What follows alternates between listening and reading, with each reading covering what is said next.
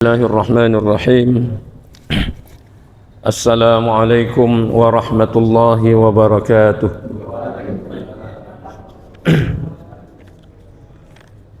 Alhamdulillahi rabbil alamin. Wa afdhalus salati wa atammut taslim ala sayyidina Muhammadin sayyidil anbiya'i wal mursalin wa ala abihi sayyidina Ibrahim wa ala akhawayhi sayyidina Musa wa Isa wa ala ikhwanihi minal anbiya'i wal mursalin wa ala ali kullin wa sahbi kullin ajma'in. Amma ba'du, ma'asyiral muslimin wal muslimat rahimakumullah. Bapak-bapak, ibu-ibu, hadirin dan hadirat, tuan-tuan, puan-puan yang dirahmati Allah sekalian. Alhamdulillah, bersyukur kita kepada Allah Subhanahu wa taala yang telah memberikan kesehatan, memberikan kekuatan serta memberikan kesempatan kepada kita semua untuk dapat menghadiri majelis ilmu, untuk menghadiri satu majelis yang sangat mulia. Mudah-mudahan Allah juga tetap memberikan kekuatan dan kesehatan kepada kita agar kita tetap istiqomah dalam melaksanakan kebaikan dalam kehidupan ini. Salawat dan salam ke atas Nabi kita Muhammad sallallahu alaihi wasallam dengan mengucap Allahumma salli ala Muhammad wa ala ali Muhammad. Moga-moga dengan banyak kita bersalawat kepada Rasulullah, ianya menjadi penghubung antara kita dengan baginda Rasulullah hingga yaumul mahsyar kelak insyaallah. Amin ya rabbal alamin. Bapak Ibu yang dimuliakan Allah, kita lanjutkan kajian kita, pertemuan bulanan kita tentang masalah hukum keluarga ya. Di malam pada subuh ini insyaallah kita akan membahas tentang muqaddimatuz zawaj ya. Muqaddimatuz zawaj artinya pembukaan pernikahan ya, atau pembukaan hubungan kekeluargaan. Baik, sebelum kita bahas, ada dulu pertanyaan ya. Ada dulu pertanyaan tentang bank ASI. Bank ASI. Ini kita minta tangguh dulu supaya lebih jelas hukumnya. Nah, jadi bagaimana fikih mengenai donor ASI memperbaiki stunting bagi ibu yang memiliki permasalahan kesehatan. Sedangkan medis menempatkan donor ASI pilihan terakhir dikarenakan risiko tertular penyakit dari ibu yang donor ke bayi penerima ASI ya. Jadi permasalahan donor ASI ini kita lihat dulu. Karena donor ASI ini dia itu adalah ide barat sebenarnya, adalah masalah nawazil, masalah yang baru yang tidak ada di dalam Al-Quran, tidak ada dalam hadis sebutannya secara jelas, tetapi menjadi permasalahan kontemporer ya. Jadi ini dibahas oleh para ulama ya. Bank ASI itu kalau sistemnya seperti sistem yang dilaksanakan di barat ya, ini tidak dibenarkan di dalam Islam. Artinya ulama-ulama kita membantah karena akan terjadi percampuran nasab yang tidak jelas. Akan terjadi percampuran nasab yang tidak jelas pada anak yang menyusu. Ya. Contohnya seperti apa bank ASI ini? Bank ASI ini memang mereka membuat satu donor ya, donor ASI dari berbagai orang perempuan. Dari berbagai perempuan, termasuk situ mungkin orang Islam, mungkin orang tidak Islam, tak siapa-siapa. Masalahnya bukan hanya ada sumbangan donor dari orang non-muslim saja, tapi walaupun itu donor daripada muslim sekali, akan menyebabkan permasalahan yang besar di kemudian hari. Kenapa? Karena menurut mereka, para ulama, kalau anak ini menyusu dari bank ASI yang diberikan itu, maka dia akan bercampur nasab. Dan dia tidak tahu, tidak siapa yang menyadari. Tiba-tiba nanti dia dewasa, dia mau berkeluarga, mau menikah, ternyata perempuan itu satu susu dengan dia melalui donor tadi, ya, atau hal-hal yang lain dengan ibunya mungkin yang pernah mendonorkan. Ini menyebabkan diharamkan. Tetapi dalam keadaan yang berisiko, ya, contohnya seperti seorang ibu tidak bisa menyusukan anaknya, ya, dia tidak bisa menyusukan anaknya karena ibunya sakit. Susunya itu mungkin akan berbahaya kepada bayi. Ya. Dan juga bayi ini tidak bisa dia menyusu selain daripada ASI. Tak bisa dia menyusu kecuali melalui ASI juga. Kalau dibagi susu kotak itu tidak bisa, dia sakit juga. Maka dalam keadaan keterpaksaan, ya, dibenarkan dia mengambil susu atau ASI dari donor tersebut. Tetapi diutamakan terlebih dahulu dari ASI orang yang dikenal. Ya, dari ASI orang yang dikenal. Bisa disimpan ASI itu tapi dari orang yang kenal di sekitar desa. Kalau kita di sekitar kita lah, umpamanya di desa kita ini, ya, kita tahu si Polan menyumbangkan ASI, si Polan menyumbangkan ASI. Jadi itu bisa kita jaga. Tapi kalau memang tidak juga karena sakit tadi, ya, karena dianggap darurat. Ya, sesuatu dianggap darurat itu karena berhadapan dengan risiko kematian. Maka dibolehkan hanya sekadar dia sampai dia sehat, sampai dia bisa untuk menerima susu ibunya kembali. Kalau udah bisa, tidak boleh lagi dia. Ini tak ubah macam tayamum juga nih. Ya, jadi kalau udah ada air, tayamum itu batal. Kalau sudah sehat ibunya, sudah bisa menyusu kembali, maka dia tidak boleh lagi mengambil yang donor tadi. Ya, baik. Jadi ini kesimpulan ulama. Kalau donor itu dilakukan oleh orang-orang yang dikenali, dibolehkan. Tapi kalau cara sistem darat yang dilakukan dengan siapa saja yang akan menyumbang susu, ya, ini tidak dibolehkan. Ya. Kemudian jika keluarga bayi mendapatkan ASI dari NGO yang mengelola donor ASI, tidak memberitahukan spesifik tentang asal ASI tersebut, ini yang haram. Ya, bagaimana nasab bayi kemudian? Ini diharamkan karena takut bercampur nasabnya. Ya, campur nasab. Arti bukan nasab, karena anak susu ini haram bagi dia seperti apa yang haram bagi nasab. Kalau umpamanya kita anak haram nikah dengan anak juga, maka anak susu juga dia ikut apa yang diharamkan. Ya, anak kita haram nikah dengan istri kita atau dengan kita, haram. Anak susu juga dia mempunyai hubungan itu haram, tak boleh nikah dengan ini. Jangan pula nanti kecil anak disusukan udah besar nikah sama dia, tak boleh.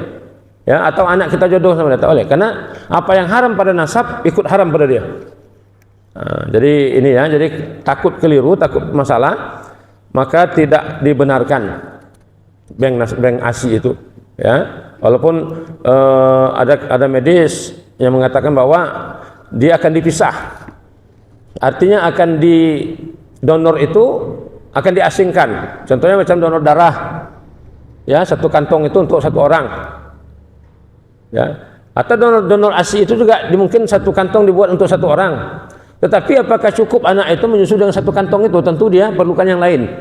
Ini kantong pertama, kantong kedua, kantong ketiga. Akhirnya berapa? Kalau dia jelas dia menyusu pada ibu Ani sama ibu Zainab, sama di sana ada Bu Upi, dia tahu jelas. Karena bisa dijaga hubungan nasabnya. Tapi kalau tidak jelas, tidak tahu siapa, tiba-tiba udah besar dia ada di satu daerah, satu kampung dengan dia, berdekatan dengan dia, atau teman kuliahnya, tertarik mereka menikah. Ternyata orang yang sama juga pernah mengambil ASI dari susu yang sama. Ini tidak boleh, ya. Baik, kita lanjutkan. Mudah-mudahan nanti kalau kurang jelas, mohon diapa kembali, ya. Kita lanjutkan. Muqaddimatuz zawaj. Muqaddimah zawaj ini, muqaddimah, kalau kita baca kitab itu ada muqaddimah, ada pengantarnya. Ada pengantarnya. Jadi az-zawaj, hubungan pernikahan ini juga mempunyai muqaddimah. Ya. Ada muqaddimah, inilah dia rapinya Islam itu mengatur kehidupan manusia. Tidak dianjurkan kita itu begitu kenal dengan seseorang langsung tangkap tangannya, bawa kadi langsung nikah. Tapi ada muqaddimahnya dulu. Ya, kalau dalam orang kita, orang-orang Melayu biasanya, mungkin yang lain juga umumnya lah pada di Indonesia ini, kita adakan dulu merisik dulu. Ya, merisik itu seperti apa? Datang keluarga laki-laki ke keluarga perempuan, bersilaturahim, risik-risik. apalagi kalau Melayu ya, kalau daerah kami itu tanya tuh bukan ditanya anak gadis, tanya bunga. Jadi ingatnya udah ngomong-ngomong sini udah minum, mau nanya sama keluarga bapak ini ya, sama keluarga bapak Somad umpamanya. Dulu ada kami rasa bunga di dalam rumah ini yang berseri-seri. Apakah bunga itu masih di sini atau gimana kan? Tanya-tanya, oh yang itu. Menjawab pula orang ini, ya? Banyak kali kumbang datang, layu bunga tuh, banyak kumbang, ya isap sarinya, isap sana. Akhirnya udah, oh kalau begitu maknanya risik kan tadi, tidak bisa diteruskan, mungkin tidak sesuai. Tapi kalau memang bunga kami itu alhamdulillah kami jaga dengan baik, ya kami simpan dalam lemari kaca, kami siram, kami pupuk, ya. Sehingga, oh kalau begitu dah nampak. Nanti yang kedua datang lagi. Kami sudah memastikan kemarin bunga bapak itu sudah cukup bagus, sudah tumbuh, ya, sudah ini. Maka kami ada kumbang kami. Ya, jangan kambing. Kalau kambing bawa dia makannya bunga. Ada kumbang kami, ya, yang ingin mempersunting bunga. Ada paham lah itu. Kalau sempat orang tuanya tak paham, apa ini kumbang-kumbang dibawa kemari sama anak aku, apa ini, apa ceritanya? Tak jadi, harus paham sama paham. Jadi mukaddimah itu, setelah diadakan pertunangan, ya, diadakan pertunangan. Pertunangan itulah yang namakan dengan muqaddimatuz zawaj, pendahulu atau pengantar kepada pernikahan. Tapi sebagaimana pernikahan itu ada hukum dan tata caranya, begitu juga muqaddimah itu ada. Ya. Kalau kita baca kitab ini ada di sini muqaddimahnya. Kita baca muqaddimah. Jangan baru muqaddimah kita baca lalu kita memberi fatwa kepada orang lain. Saya sudah baca kitab ini semua. Saya sudah baca, sudah paham. Dan mau baca apa? Baru muqaddimah. Baru muqaddimah belum bisa diajarkan sama orang. Artinya kalau kita baru muqaddimah kitab ini baru tahu kita, oh kitab ini berbicara tentang fikih rupanya. Fikih itu terbagi, ada fikih ibadah, ada fikih muamalah, ini ada pula fikih keluarga rupanya. Itu tahu kita. Dan tahu-tahu kita siapa pengarangnya. Artinya baru tahu kita perempuan ini anak si Polan, dari keturunan si Polan, ya, itu baru muqaddimah itu. Ya, kapan kita baru bisa masuk kepada isi? Kapan masuk pada isi? Apabila kita sudah diizinkan oleh tuan guru kita untuk membaca isi kitab ini. Kamu baca muqaddimah dulu, muqaddimah aja. Belum diizinkan. Karena nanti guru itu akan menguji kamu tentang muqaddimah yang kita baca. Kira-kira apa pemahaman kamu tentang muqaddimah yang kau baca? Udah paham? Udah paham baru diizinkan baca isinya. Ya, baru tahu kita, oh begini rupanya hukumnya. Jadi masalah perkawinan juga seperti itu. Pada muqaddimah itu, ini adalah satu kesempatan bagi kedua-dua belah pihak untuk kenal antara satu sama yang lain, untuk keluarganya saling mendekatkan diri dan saling kenal antara satu sama lain.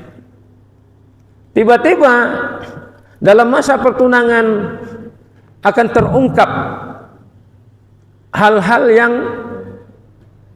mungkin bisa menjadikan hubungan muqaddimah tadi menjadi langsung pada pernikahan atau juga terpaksa dibubarkan. Kenapa? Ya di masa itulah kita, masa pertunangan itu. Kalau dulu orang dulu tunang bertahun itu.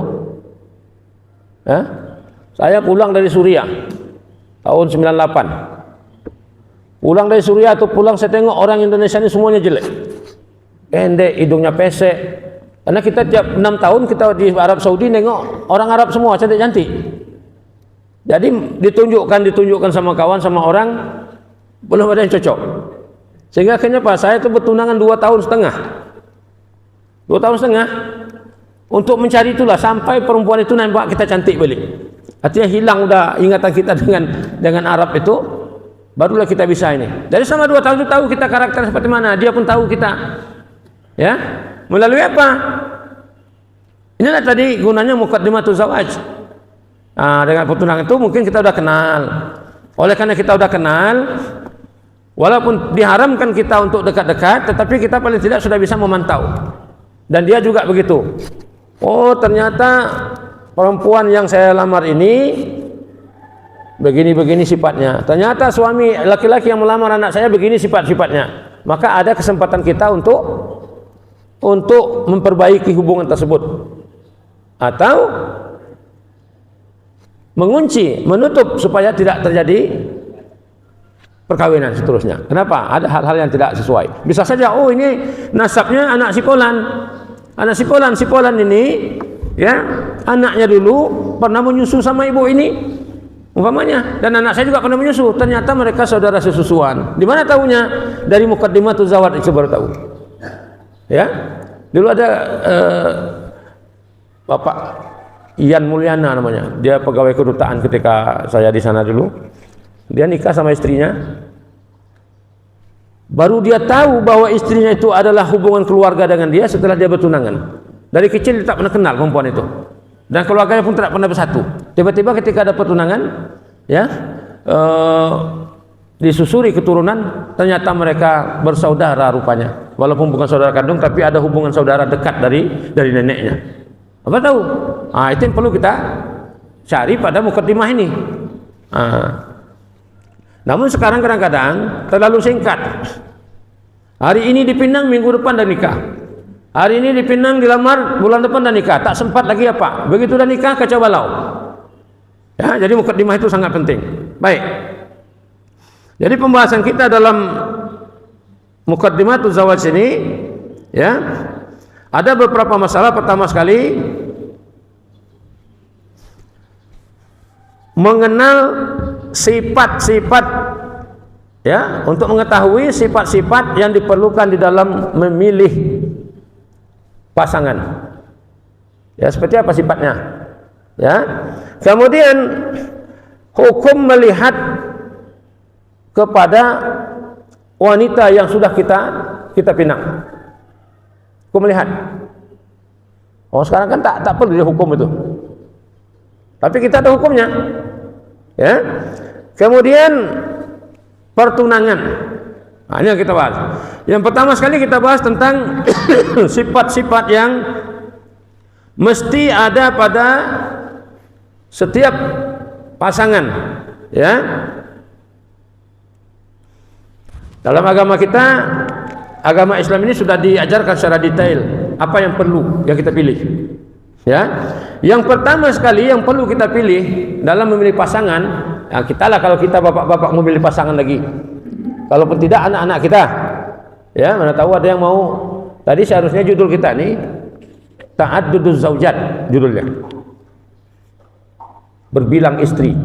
Tapi takut saya bahas nanti bapak-bapak jadi risih, ya, tak sabar mau pulang.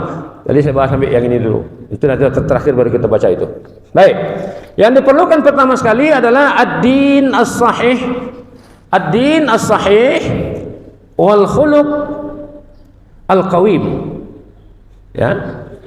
Utamakan pada memilih pasangan itu. Kapan kita mulai memilih pasangan untuk anak kita kan, untuk kita? Mulai dari mukaddimah ini. Ya.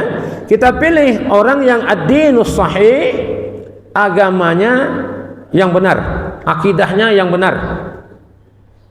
Jangan nanti setelah menikah ternyata agamanya beda dengan kita, atau akidahnya beda dengan kita, tak sama. Ya, jadi ini bahaya.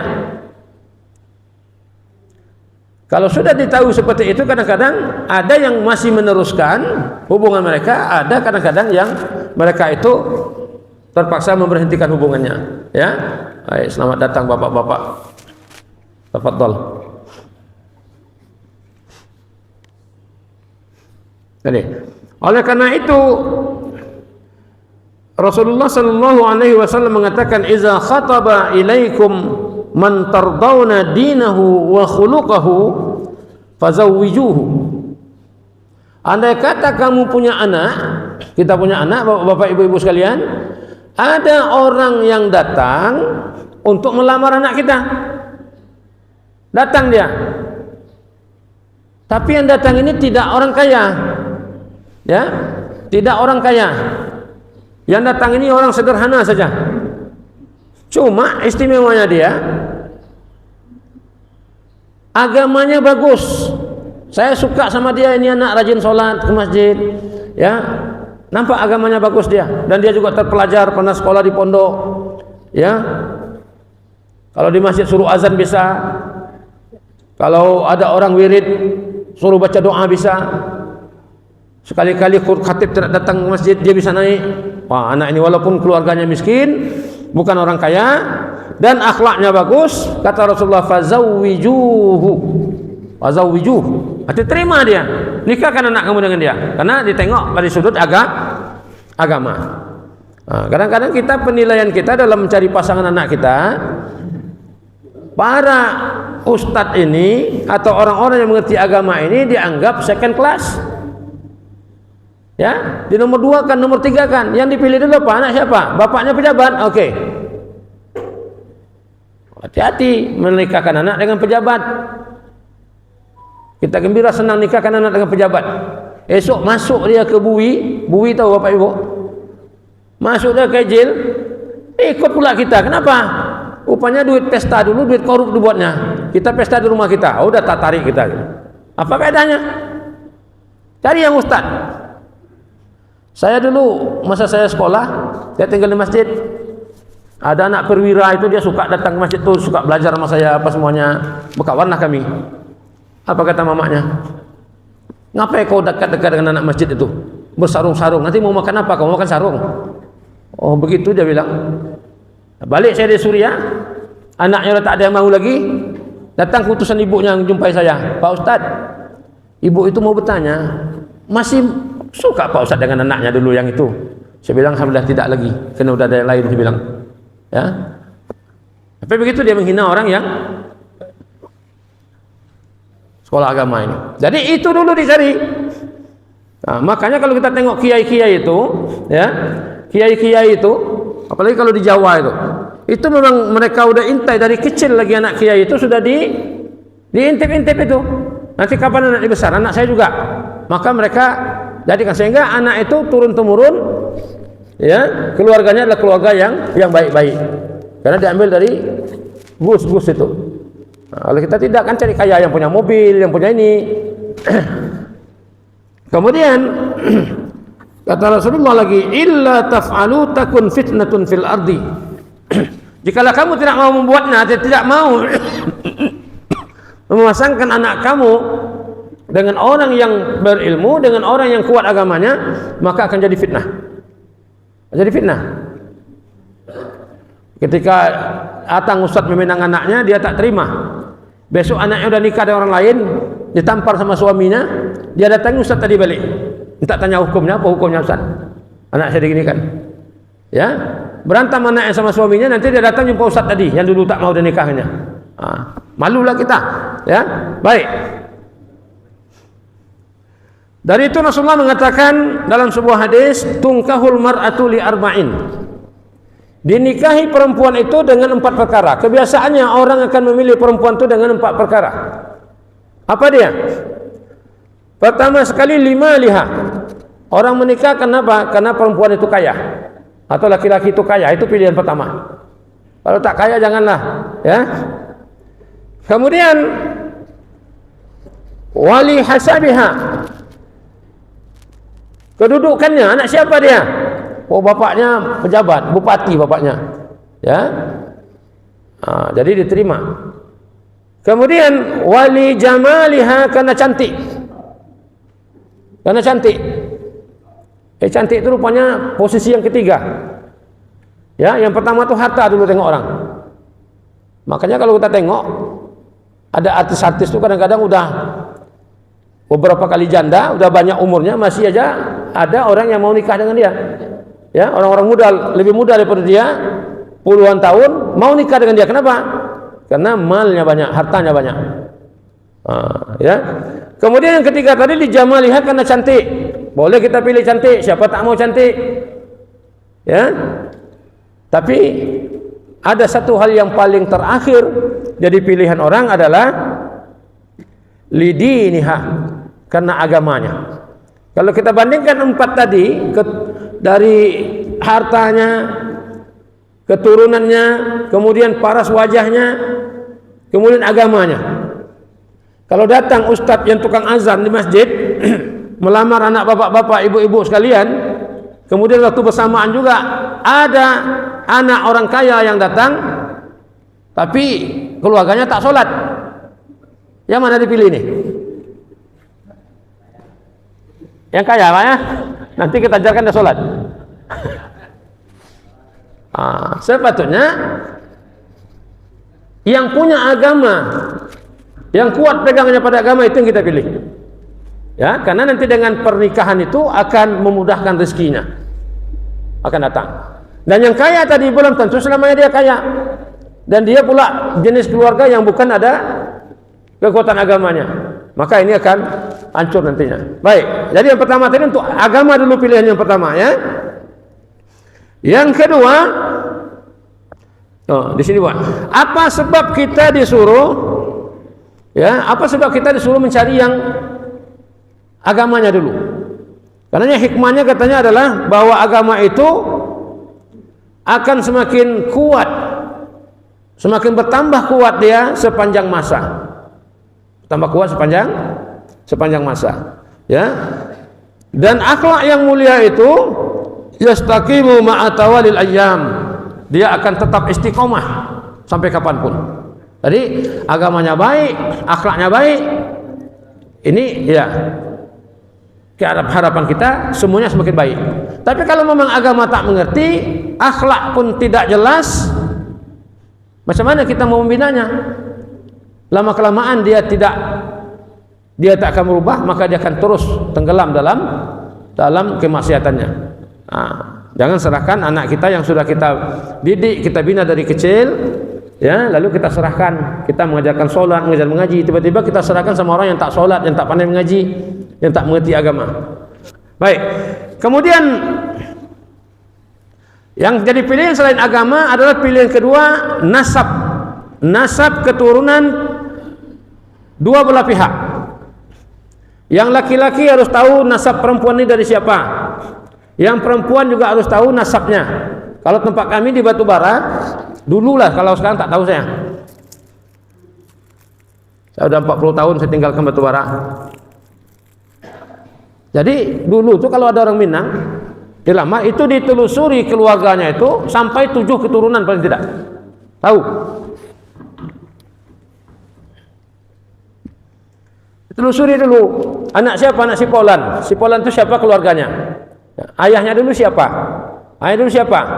ya, kira-kira tengah jalan atau dulu ada salah satu dari keluarga mereka ini ulama besar dulu,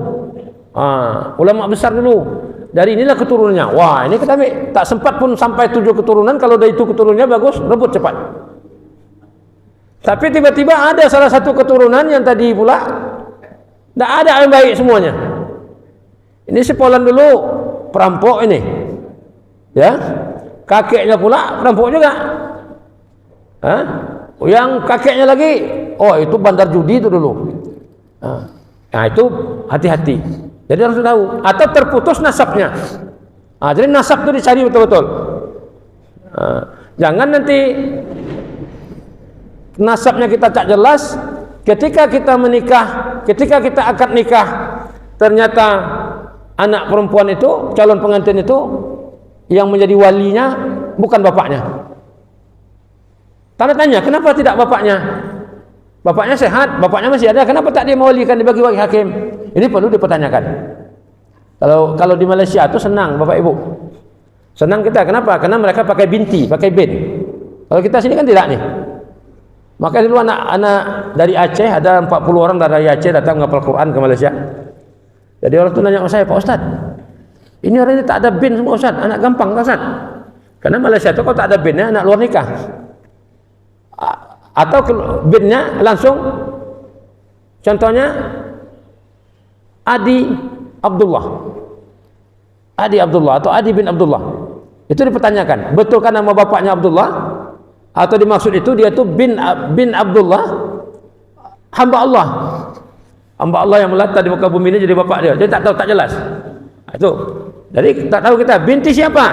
Oh, binti si Polan. Karena kalau dia anak luar nikah biasa tak dibintikan itu. Tak dibintikan orang, tak boleh.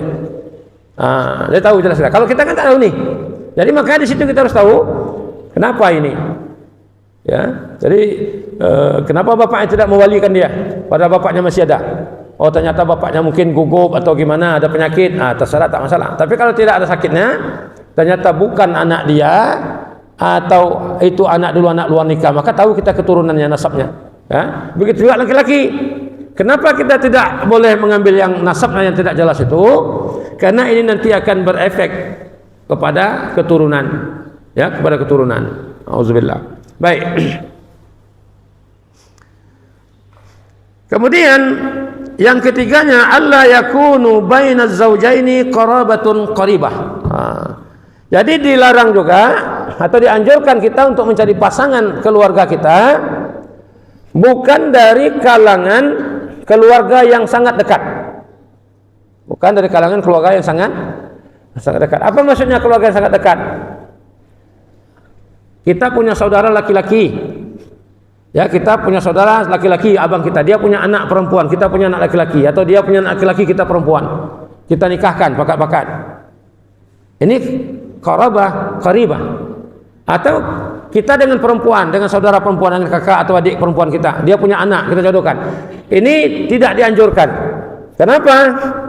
Tidak dianjurkan karena kalau di sini katanya menurut dalam satu nas keterangan Imam Asy-Syafi'i bahwa katanya tidak dibolehkan, tidak dianjurkan menikahkan dengan keluarga yang dekat, ya, karena dia bisa menyebabkan keturunan yang lemah dari apa? Lemah dari akal pikiran, kadang-kadang lemah fisiknya, ya. Ini makanya dilarang oleh Rasulullah SAW dan juga para ulama. Tidak dibolehkan. Ada yang menikah seperti itu, ada banyak. Apa lemah semua? Tidak. Tetapi hal-hal seperti ini yang paling ditakuti oleh ulama rupanya bukan lemah akal pikiran, bukan lemah fisiknya. Yang paling ditakuti oleh ulama fikih ini, kenapa dilarang menikahi keluarga yang dekat? Takut lemah syahwatnya. Lemah syahwatnya kenapa? Keluarga dia dekat, dari kecil sama-sama macam adik kandung dan semua, tiba-tiba dinikahkan. Saya dulu dijodohkan saya sama anak sepupu saya, kakak sepupu saya punya anak, jodohkan sama saya. Tak mau saya, tak mau, orang heran, cantik anaknya, tak mau saya, biasa saya ikan buruk, tapi orang lain. Kenapa? Di situ aja tak ada syahwat kita. Karena dulu kecil-kecil kita yang gendong anak ini, kita bermain-main.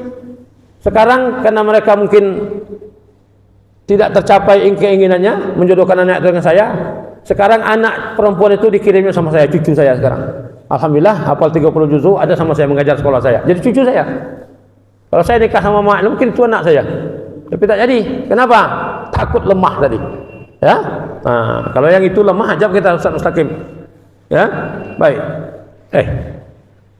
Udah bunyi nih. Lanjut ya. Oke. Kemudian al-kafa'ah. Kafa'ah itu kata orang Melayu maknanya itu sekupu. Sekupu itu apa? Satu level lah. Ya, satu level. Bagaimana satu levelnya? Ya. Sekupu ini dinilai dari sudut agamanya, sama-sama mengerti agama.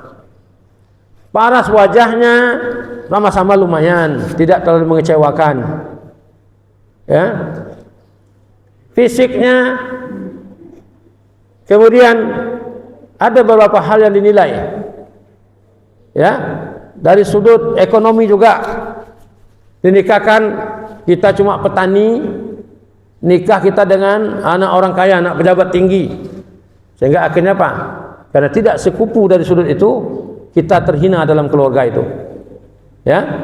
Atau anak kita yang tak tahu apa-apa dinikahkan dengan orang alim, yang betul-betul alim. Dia tak sekupu. Bagus memang dia boleh didik, tetapi kadang-kadang perempuan ini karena dia tidak pernah ada didikan agama pada dirinya, dia tidak bisa menyamakan kehidupan dia dengan ulama tersebut. Sehingga akhirnya apa? Banyak pernikahan seperti ini akhirnya gagal. Gagal. Kita tengok ada ustaz besar kita di sini di Riau ini. Ya, gagal pernikahan. Kenapa? Tidak seiman, tak sekupu. Jadi cari yang sekupu. Ya, ada anak kita cantik macam bidadari. Saya tengok Buya Yahya, dia baru menikahkan anak perempuannya. Cantik luar biasa. Saya yang tua ni pun ingin muda lagi sebenarnya nengoknya. Tapi udah terlanjur. Dicarikan pasangan anaknya, kebetulan anak teman saya Kiai Salman, dan anak Kiai Salman ini orang hebat juga di Jawa. Anaknya itu pun luar biasa juga. Satu kan, sekupu dia. Ini ya, jadi penting ini. Sekupu itu dilihat daripada agama, sama, ya tadi. Kemudian dilihat dari syirpah, kebiasaan. Dari kebiasaan. Kemudian dilihat juga apa itu dari keselamatan uyuk. Ya, jangan pula yang laki-laki kupingnya tak ada atau perempuannya cacat. Ada laki-laki yang sehat yang mau, atau yang ini dia mau tuh bagus, dia membantu, tetapi karena tidak kufu nanti akan jadi masalah akan datangnya. Ya, itu dia. Baik, sekali lagi Bapak Ibu. Kemudian seterusnya di antara yang perlu diperhatikan, ya, yang perlu diperhatikan pada muqaddimatuz zawaj ini adalah pasangan yang kita pilih itu, pastikan yang kita pilih itu adalah al-bikr. Al-bikr itu apa dia? Anak dara, anak gadis. Walaupun dalam lagu-lagu cinta itu lebih populer janda daripada anak gadis. Ya, ada lagu janda di kolam, tak ada gadis di kolam. Tapi tetap pilihan utama dalam agama adalah bikr, gadis dulu. Tak ada gadis baru kamu cari janda. Ya, ada dulu jamaah saya, anaknya dia mengadu anak itu menikah dengan janda, umur janda itu sama dengan ibunya 45 tahun. Anak itu 22 tahun umurnya. Tapi dikasihnya alasan sama ibunya terdiam. Mama ibu janganlah yang itu, cari yang lain. Walaupun kamu janda boleh janda juga, tapi jangan yang tua kali macam itu. Apa katanya? Saya ikut sunnah Nabi, ibu. Ya, Rasulullah itu 25 tahun, isinya 40. Ya, saya ikut sunnah. Jadi diam ibunya. Nikah dia. Jadi usahakan bikir. Kenapa? Karena bikir ini ada alasannya. Ya, kata Rasulullah, pilihan kita itu adalah al-bikir fa innahunna a'zabu afwahan. A'zabu afwahan. Ya. Apa ini? Wa arda bil yasir. Ya. Perempuan yang gadis itu kalau kamu jadikan istri, dia a'zamu afwahan. Dia masih mulutnya itu lemah lembut, gemulai, manja. Kalau udah janda apa ya kita manja-manja, udah risih dia. Ya kan? Kita manja-manja sama dia, teringat dia suami dulu. Malah dah. Tapi kalau gadis itu kita ambil, dia manja. Kemudian wa arda bil yasir. Dan dia juga reda dengan apa yang dia terima dengan suaminya. Ya? Tapi kalau janda dia udah mulai pengalaman, mulai pengalaman dari segala bidang. Jadi sehingga kadang-kadang susah kita mengurusnya. Kenapa Rasulullah banyak istri janda? Itu Rasulullah. Ya, itu Rasulullah Sallallahu Alaihi Wasallam. Ada kelebihan dia. Baik. Jadi bukan berarti tak boleh kita nikah dengan janda, boleh. Tapi utamakan gadis dulu. Ya. Baik. Ini mungkin yang bisa kita sampaikan pada pagi ini, karena kalau kita lanjutkan ini panjang kali ya, nanti karena banyak lagi ada pertanyaan-pertanyaan yang perlu kita bahas juga.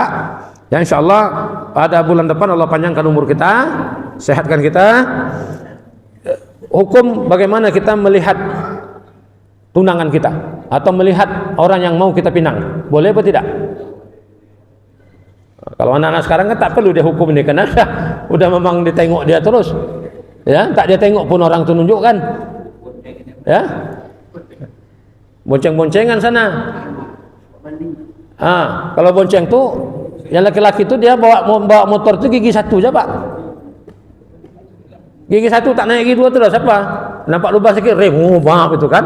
Gigi satu ini kan biar banyak untungnya. Itu dia maksudnya.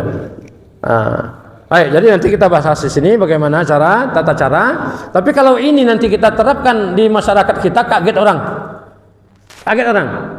Tapi tak masalah kalau memang benar. Ya. Baik. Sampai di sini kita apakan? Nanti kita sambung dengan ini ya, dengan soal-soal ini. Mudah-mudahan kalau dapat kita jawab. Ditanya aja, mana ada yang bertanya langsung. Iya, baik. Nanti kalau bisa dijawab, kita jawab langsung ya. Kalau tidak, kita tunggu dulu tempo seperti kemarin. Baik, Bapak Ibu ini muliakan Allah.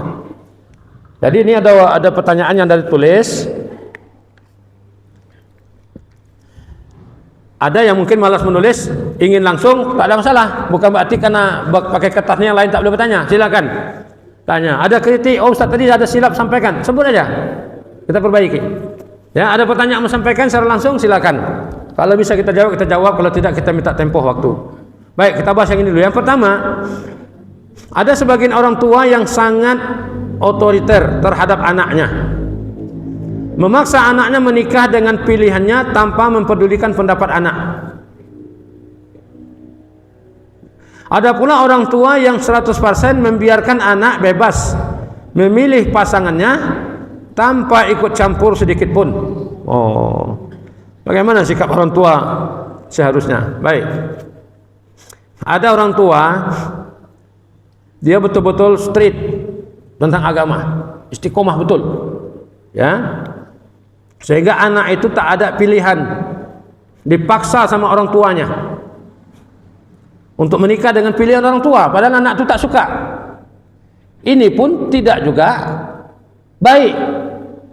Kenapa? Banyak contoh, saya tak sebutlah orang ya. Banyak contoh orang-orang yang seperti ini, walau anak ulama sekalipun, dia akan nekat.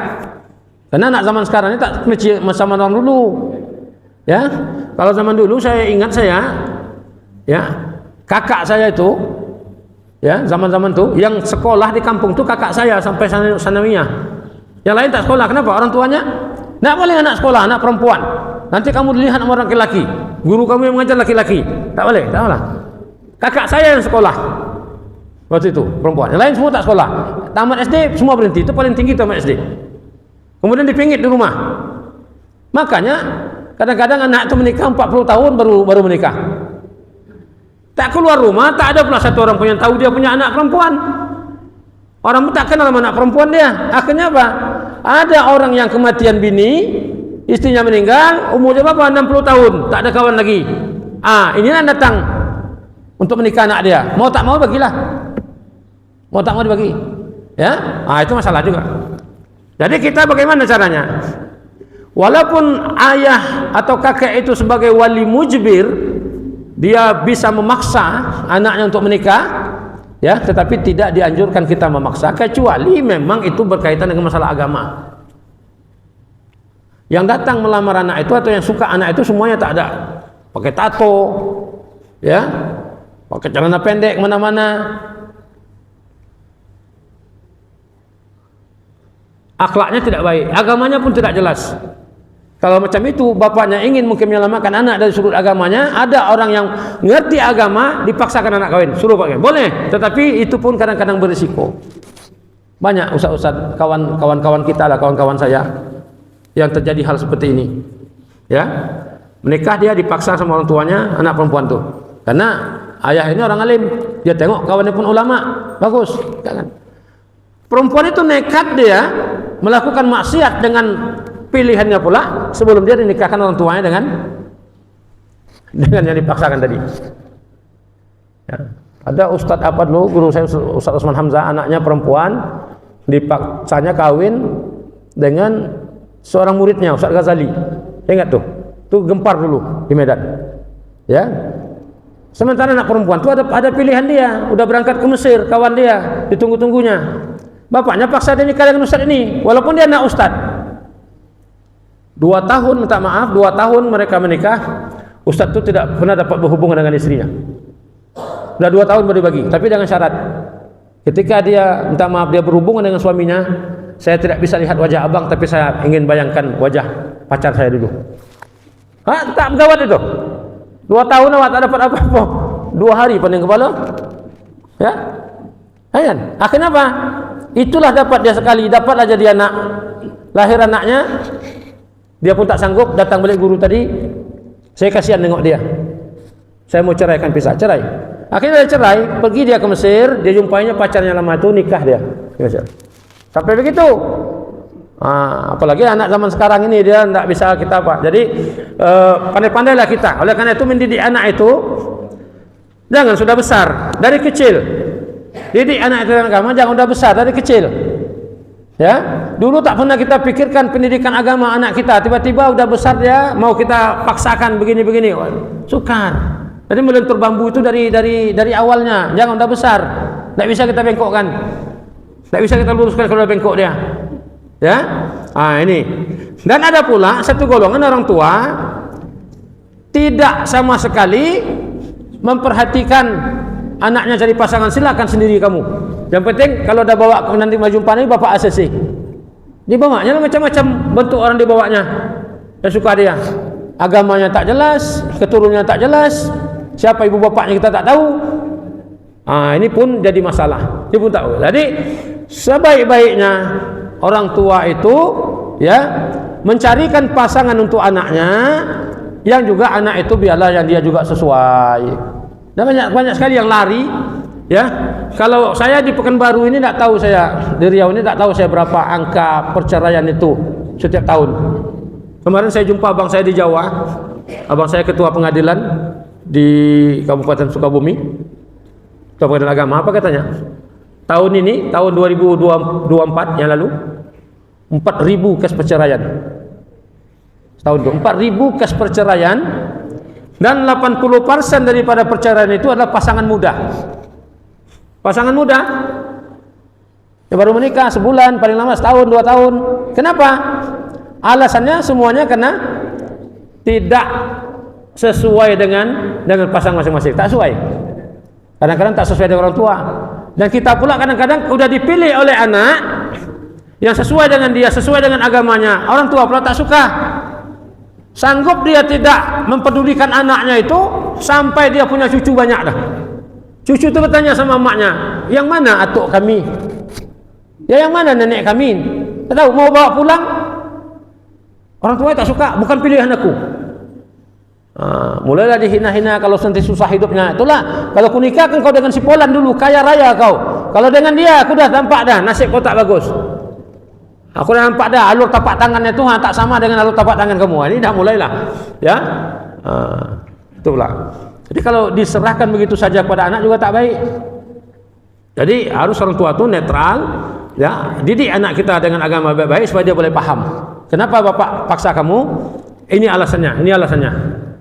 Nah, kita tengok juga ini anak ni kalau kau paksa nanti boleh terima tak dia? Ada anak yang dipaksa tak masalah, ikut aja.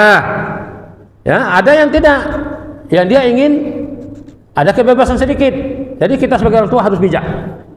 Makanya tadi supaya ada kebijakan dalam kekeluargaan pada mukaddimah pernikahan ini kita harus bijak juga.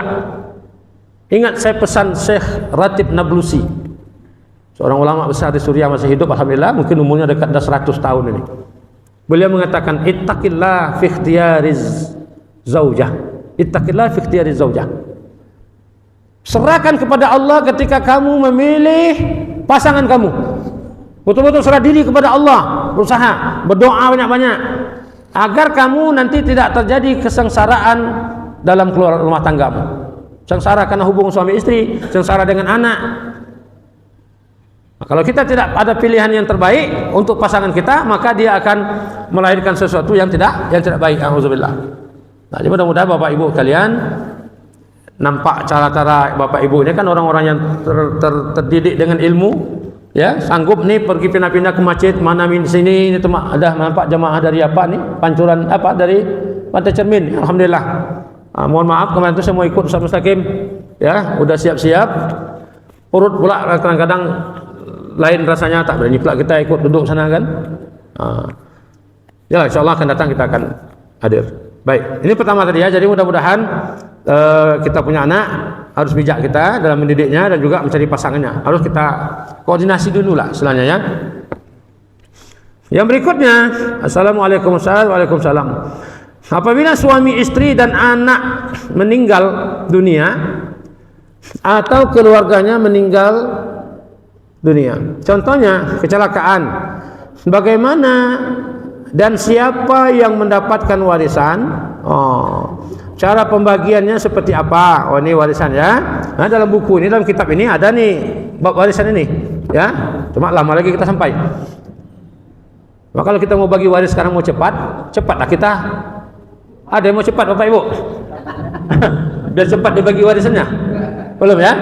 Makanya saya letak nanti terakhir bagian waris ini. Ya. Baik. Dulu kan kita anggarkan kitabnya habisnya 70 bulan. Yang terakhir itu nanti kita buat 70 bulan itu berapa tahun tuh? Ya. Baik. Kemudian apabila suami istri bercerai, apakah istri dapat warisan? Mohon penjelasannya. Oke. Yang pertama tentang masalah warisan. Meninggal dunia satu keluarga. Meninggal dunia satu keluarga. Bapaknya meninggal, ibunya meninggal, anak-anak meninggal. Ada neneknya pun dalam meninggal, kakeknya pun meninggal. Sehingga tak ada satu orang lagi ahli waris. Siapa yang mendapat nih? Ya.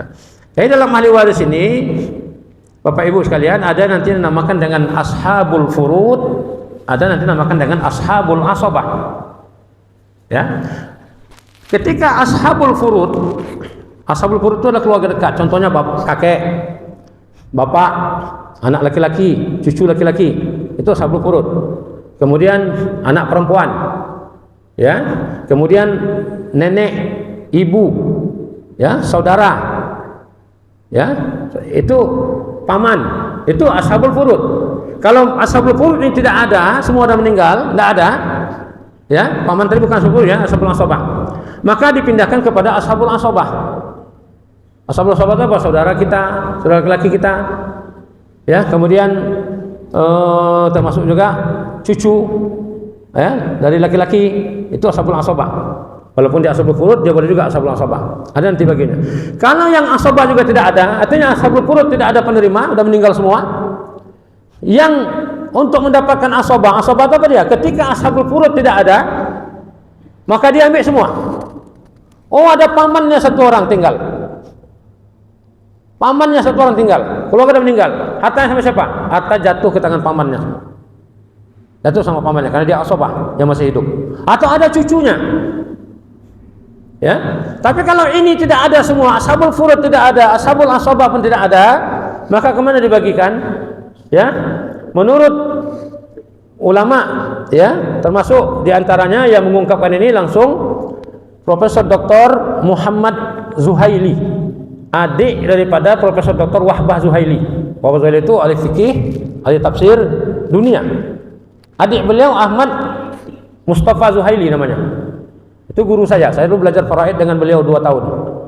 Guru saya, dan saya pernah dibawanya ke rumahnya, dibaginya duit, dibagi buku sama dia ya. Dan sekarang kalau saya tag FB dia itu, dia pasti jawab. Ya, sekarang masih mengajar, masih apa di Dubai sekarang. Nah, beliau mengatakan, apa mau sampaikan tadi? Tak ada nanti ashabul furud, tak ada ashabul asabah, maka harta itu dikembalikan ke baitul mal muslimin. Baitul mal, kalau kita tak ada baitul mal, diserahkan mungkin kepada bank Islam atau mungkin diserahkan kepada Basnas. Itu dia, Basnas lebih tepatnya. Basnas akan mengelolanya. Itu kalau tak ada lagi. Tapi dicari betul-betul dulu. Ya. Kalau tak ada. Kemudian apabila suami istri bercerai, meninggal salah satu, ya, bercerai ini dilihat dulu. Kalau cerai itu kan ada tolaknya, tolak raj'i, ada tolak yang bain. Tolak raj'i itu tolak yang masih bisa kembali. Salah satu belum habis iddah, ya, belum sempat dibagi-bagi harta, meninggal, ya.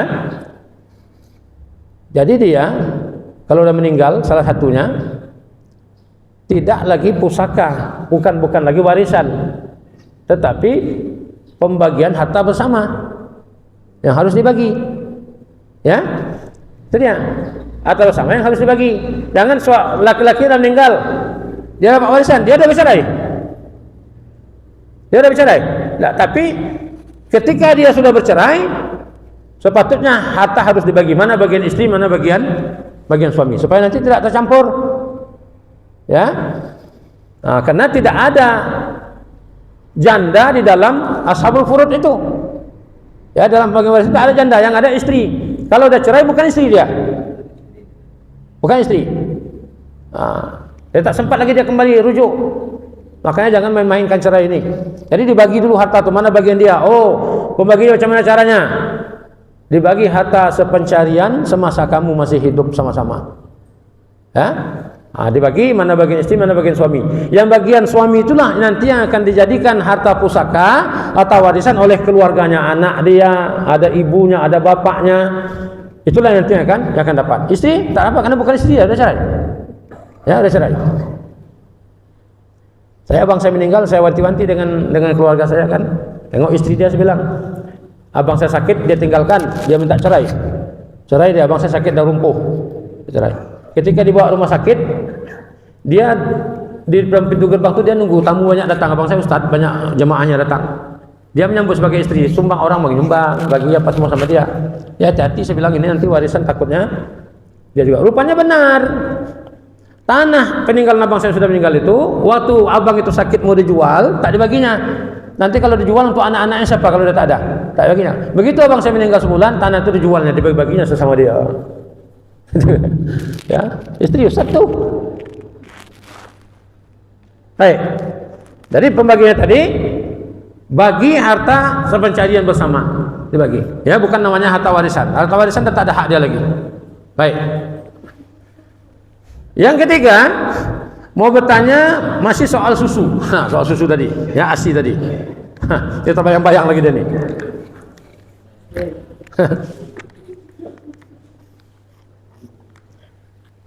Tapi tulisannya beda nih sama yang bertanya yang pertama bulan lalu dengan yang ini. Tak tahulah ya. Apa kata dia? Ada istri yang sedang menyusu anak. Apa hukumnya seorang suami terminum air susu istrinya? Masa mana boleh terminum?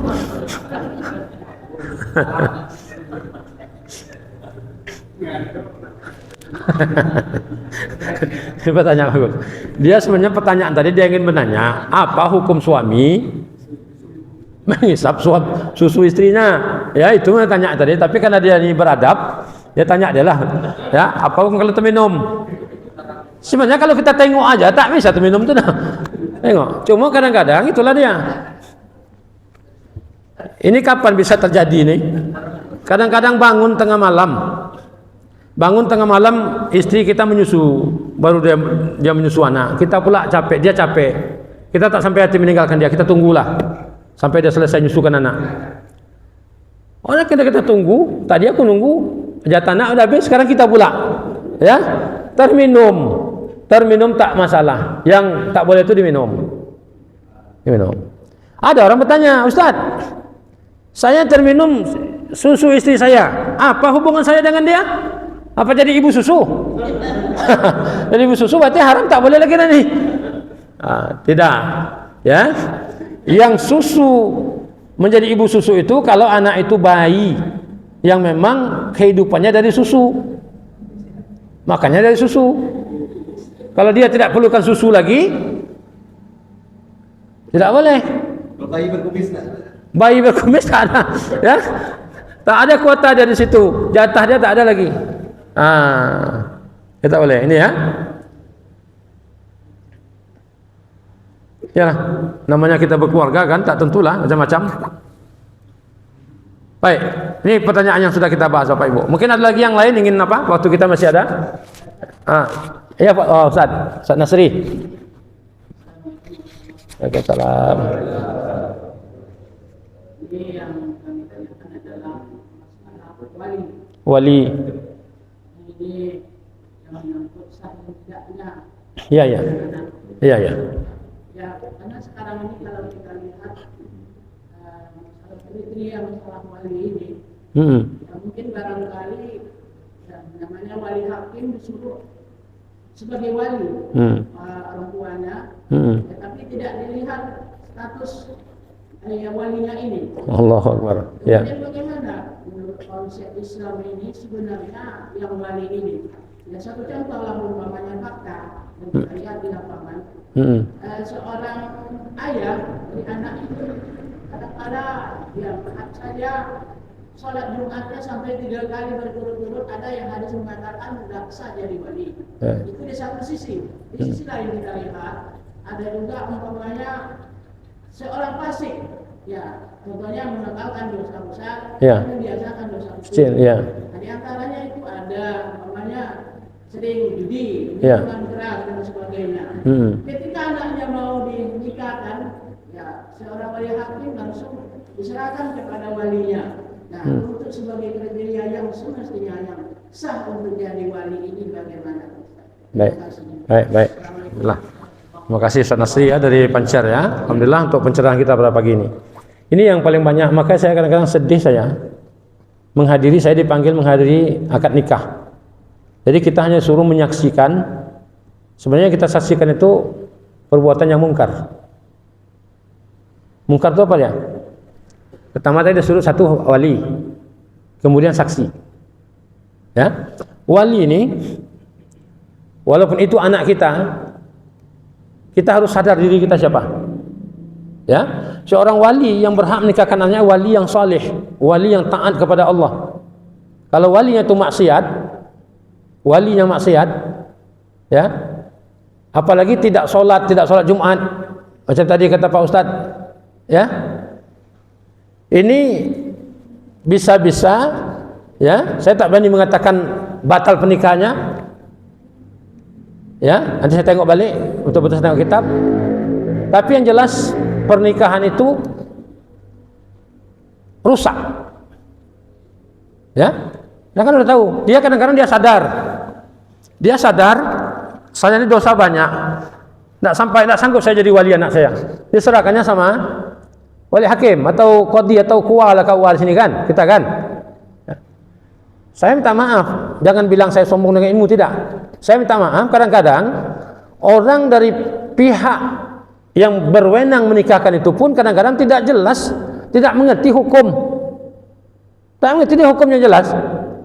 Apa? Mereka pegang mereka hanya hukum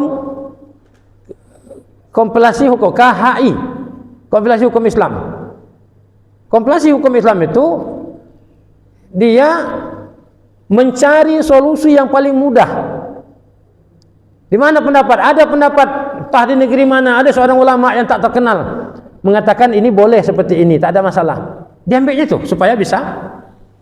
Bukan sepatutnya kita mencari pandangan yang muktabar, pandangan yang betul-betul tepat untuk itu, yang serius. Dia tidak. Itu. Jadi kadang-kadang mereka saya tengok tidak begitu selektif. Satu tadi wali, kemudian saksi lagi. Saksi itu terang-terang, saksi itu yang dijadikan boleh menjadi saksi nikah itu saksi yang adil. Ya kan? Dua orang saksi yang adil kedua-duanya. Adil itu apa? Bukan dia nih hakim harus adil. Nah, adil itu dia itu tidak pernah tidak melakukan dosa besar. Artinya tidak melakukan dosa besar dan tidak selalu membuat dosa kecil. Ini sembahyang tidak, tahu kita, kadang-kadang memang kenal kita orang itu siapa dia dalam masyarakat, itulah dipanggil untuk menjadi saksi.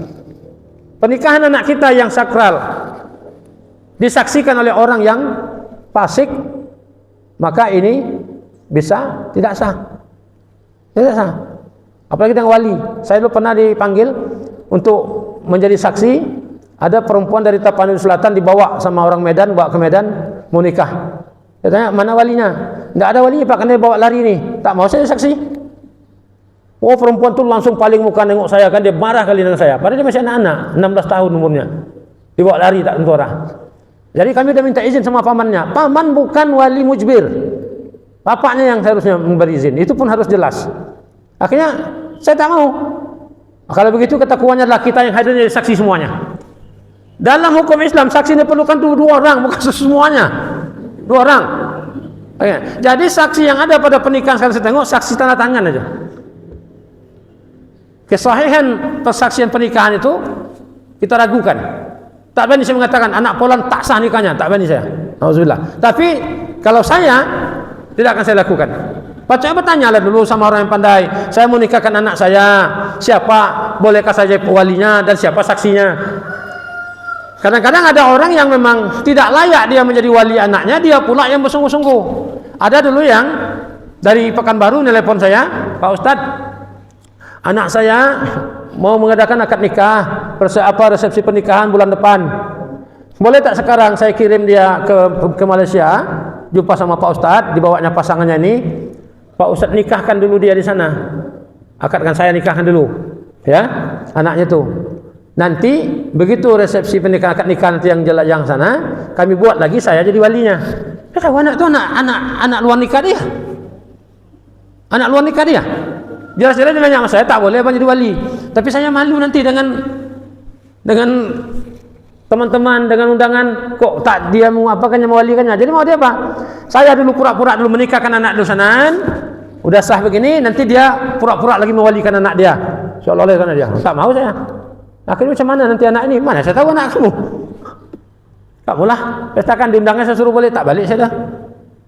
Ya, tak tahu siapa ceritanya. Kabarnya kata orang yang menikahkan itu, akad nikah itu akhirnya dibawa diam-diam ke kantor KUA saja. Tak tahu siapa yang apa. Jadi bawa kantor KUA, orang pun tak tahu siapa yang jadi wali, tapi jelas anak itu dah dia akan nikahkan di kantor KUA. Kantor KUA ini pun perlu juga kadang-kadang kita ini, ya. Karena banyak hal-hal kadang-kadang yang mereka juga, ya namanya manusia. Seharusnya mereka dekat dengan ulama-ulama, ya, merujuk pada ulama bagaimana pandangannya, pendapat dalam hal ini. Kalau tadi wali itu memang saya tak berani mengatakan tidak sah pernikahan Pak, tapi kita baca nanti lebih jelas lagi, ya. Dan jelas pernikahan itu ada kerosakan. Maksudnya, jadi kalau bapak-bapak ini rasa dirinya maksiat, rasa dirinya apa, tak sanggup ini, ya boleh serahkan kepada wali hakim. Kadang wali hakim tak paham. Orang dah serah sama dia untuk selamat, dia pula tak ada masalah, tak bisa. Itu saksi. Kemudian sekarang ini apa lagi? Yang tren pernikahan anak sekarang, ya, itu dibuat ala artis. Pak Ibu, dihadapkan di meja begini, ada saksinya duduk kiri kanan, walinya.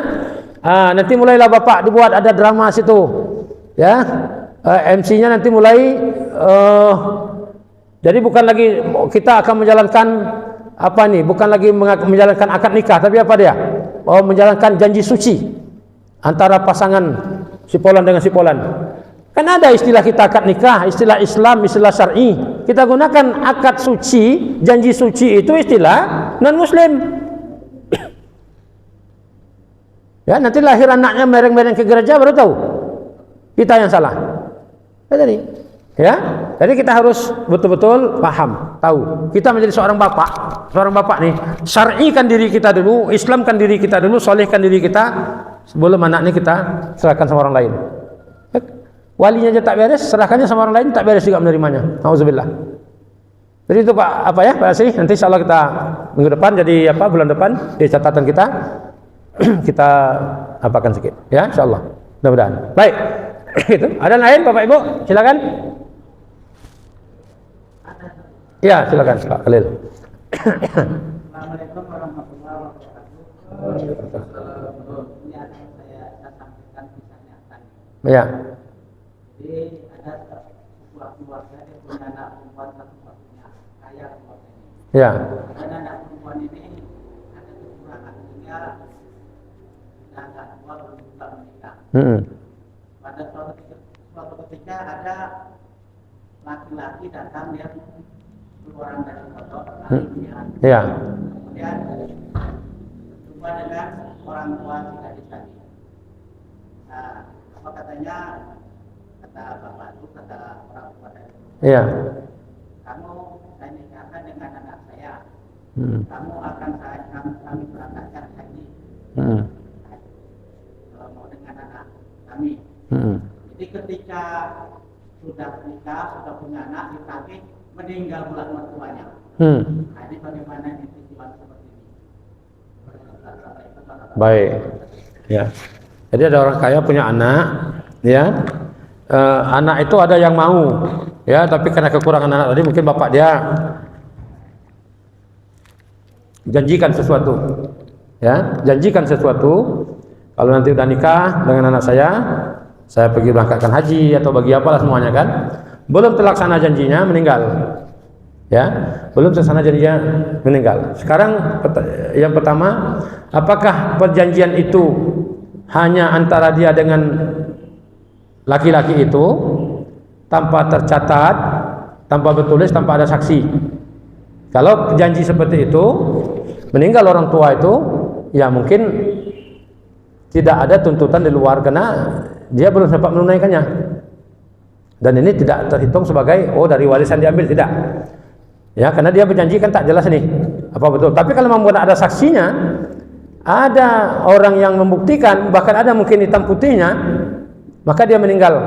Nah, ketika dia meninggal, orang meninggal itu bapak-bapak, ibu-ibu, sebelum harta pusakanya, warisannya dibagi-bagi, ada 5 hal yang perlu diperhatikan. Ya, pertama, hutang dia kepada Allah. Ya, hutang dia kepada Allah. Mungkin ada zakat belum dibayarnya. Sebelum dibagi harta itu keluarkan zakatnya dulu. Ada. Kemudian ada hutang dia, janji dia tadi belum ditunaikannya, keluarkan dari situ untuk memberangkatkan ini pergi haji. Ya, setelah itu hutang pada Allah, hutang pada orang lain. Memang dia berhutang, nyata-nyata dia berhutang pada orang lain. Lunaskan hutang itu dengan duit dia tadi. Ya, kemudian dikeluarkan juga uang itu untuk dari harta itu untuk penyelenggaraan mayatnya, mulai dari mandinya, kapannya, ya sampai upah menggali kuburnya dan sebagainya. Dari situ. Ya. Udah berapa dah? Tadi 3 ya. Yang keempat, lihat wasiatnya. Wasiat, dia ada wasiat sama siapa? Atau termasuk tadi wasiat umpamanya, diwasiatkan pada keluarganya nanti kalau tapi wasiat itu sudah mati baru dilaksanakan. Ya. Wasiat. Setelah itu yang sisanya itu barulah jadi harta warisan. Kebanyakan sekarang dibagi harta dulu barulah memikir, Pak Ustadz, orang tua kami dulu punya hutang, Pak Ustadz. Jadi kami dah bagi-bagi harta, membayarkan hutang dia. Tapi adik sana tak mau membagi. Yang kakak saya tidak setuju. Jadi macam mana dengan saya? Harta, hutang itu dibayar dulu sebelum bagi harta warisan. Lebih itu baru dibagi. Itu kalau memang bertulis apa semuanya dia punya hak, ya karena janji. Kenapa kita mau menyelamatkan orang yang berjanji ini? Al-wa'du dainun. Janji itu adalah hutang. Jadi keluarkan dari situ untuk keberangkatan dia. Ya kadang-kadang karena tidak ada saksi, dia bercakap pun orang tak percaya. Tak percaya orang. Ya, ada ya di sini di pasar Minggu ini kakak saya meninggal Ustaz, mungkin meninggalkan duit ada miliaran Ustaz. Dia tak ada anak. Siapa ahli warisnya? Saya bilang kaji-kaji ahli waris bapak adik kandung bapak sebagai ahli waris. Gimana saya mau ngomong sama suami dia ya, supaya dia bisa bagi harta nih. Karena dah hampir setahun meninggal dia tak ada tanda-tanda dia mau bagi harta tuh.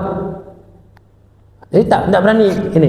Ini yang perlu sekali dalam hukum keluarga ini yang perlu kita tuntaskan, kita tahu hukumnya. Ya, jadi nanti ada pembahasan fara itu ada di sini nanti. Ya, jadi begitu Pak Khalil ya. Mudah-mudahan ya, Pak Nasri tadi juga insyaallah mudah-mudahan nanti kita bahas lebih halus lagi insyaallah mudah-mudahan. Baik, masih ada Bapak Ibu?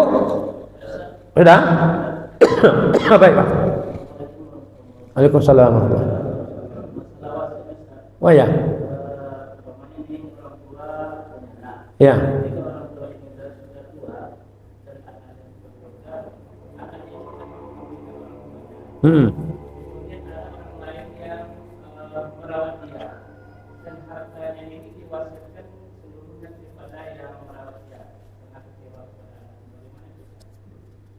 Baik. Wasiat orang tua sebenarnya la wasiyata li waris. Hadis. Tidak ada wasiat bagi keluarga. Artinya saya tak boleh mewasiat harta saya kepada anak-anak saya. Ya. Tapi dalam hal ini kadang-kadang orang tua dia punya harta, ada beberapa orang anak, ya. Ada anak yang memang kita katakan tak durhaka pun tapi dia tidak mempedulikan orang tuanya. Sehingga orang tua ini merasa kecewa. Akhirnya apa? Orang tua ini berpesan, kalau nanti saya meninggal, ya, kalau saya meninggal nanti, harta yang saya tinggalkan ini, ya, saya serahkan saya wasiatkan untuk anak saya si Polan. Yang satu lagi, katalah anaknya 2. Yang satu lagi laki-laki saya tidak izinkan. Ya, itu sebenarnya tak boleh kita berwasiat seperti itu. Ya, tak boleh kita. Kenapa?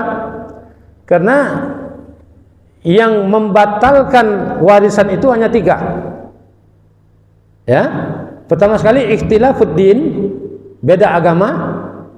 Yang kedua, al-qatil, membunuh, dia bunuh ayahnya supaya dapat warisan, tak boleh dapat dia. Dan murtad, orang yang murtad dia, ya, tak boleh.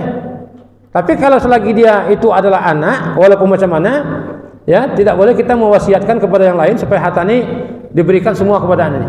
Kenapa? Karena bisa saja harta yang kita tinggalkan ini, kita walaupun tak ikhlas, kita nanti meninggal tiba-tiba anak itu dapat, bisa-bisa saja harta kita yang didapatinya setelah kita meninggal itu bisa menyebabkan dia menjadi insaf kembali. Ada penyesalan. Ada penyesalan. Ya. Jadi bagaimana yang bolehnya supaya nanti dia ini, supaya artinya tidak begitu kecewa orang tuanya.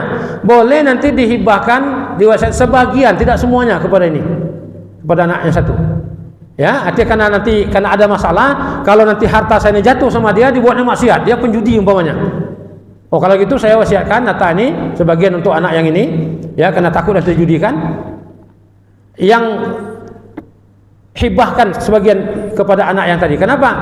Sebenarnya hibah pun tak boleh dibagikan kepada salah satu anak kecuali dengan izin. Tapi dalam keadaan darurat ini harapan kita apa? Takut nanti hartaku habis dijudikannya. Tapi tetap ada bagian dia. Tak boleh. Karena tak batal tali waris dia dengan hanya dia tidak mempedulikan atau mengabaikan orang tuanya. Ya, jadi mungkin bisa dengan diberikan itu nanti dia terima. Dia terima, ada keinsapan dari diri dia. Itu harapannya. Ya, oke, itu dulu Pak. Nih, tapi tetap kita kaji balik, kita baca balik. Nanti kalau ada kesilapan kita ini. Ya, insyaallah. Kalau saya lupa ingatkan nanti. Baik. Sudah ya? Baik. Waktu kita udah cukup ini ya. Baik. Kita tutup dengan doa, Bapak Ibu sekalian. Mudah-mudahan apa yang kita bahas pada malam ini, pada subuh ini bermanfaat bagi kita. Dan semoga Allah Subhanahu wa taala memberikan keridhaan dan memberikan istiqomah dalam hati kita supaya kita tetap dapat menuntut ilmu dengan baik insyaallah. A'udzubillahi minasyaitonir rajim. Bismillahirrahmanirrahim. Alhamdulillahirabbil alamin hamdan yuwafi ni'amahu wa yukafi mazidah ya rabbana lakal hamdu kama yanbaghi li jalali wajhikal karim wa li 'azimi sultanik. Allahumma a'inna 'ala zikrika wa syukrika wa husni ibadatik. Allahumma ati nufusana taqwaha wa zakkiha anta khairu man zakkaha anta waliyuha wa maulaha ya arhamar rahimin. Rabbana zalamna anfusana wa illam taghfir lana wa tarhamna lanakunanna minal khasirin. Rabbana atina fid dunya hasanah wa fil akhirati hasanatan wa qina azaban nar. Walhamdulillahi rabbil alamin. Wassalamualaikum warahmatullahi wabarakatuh.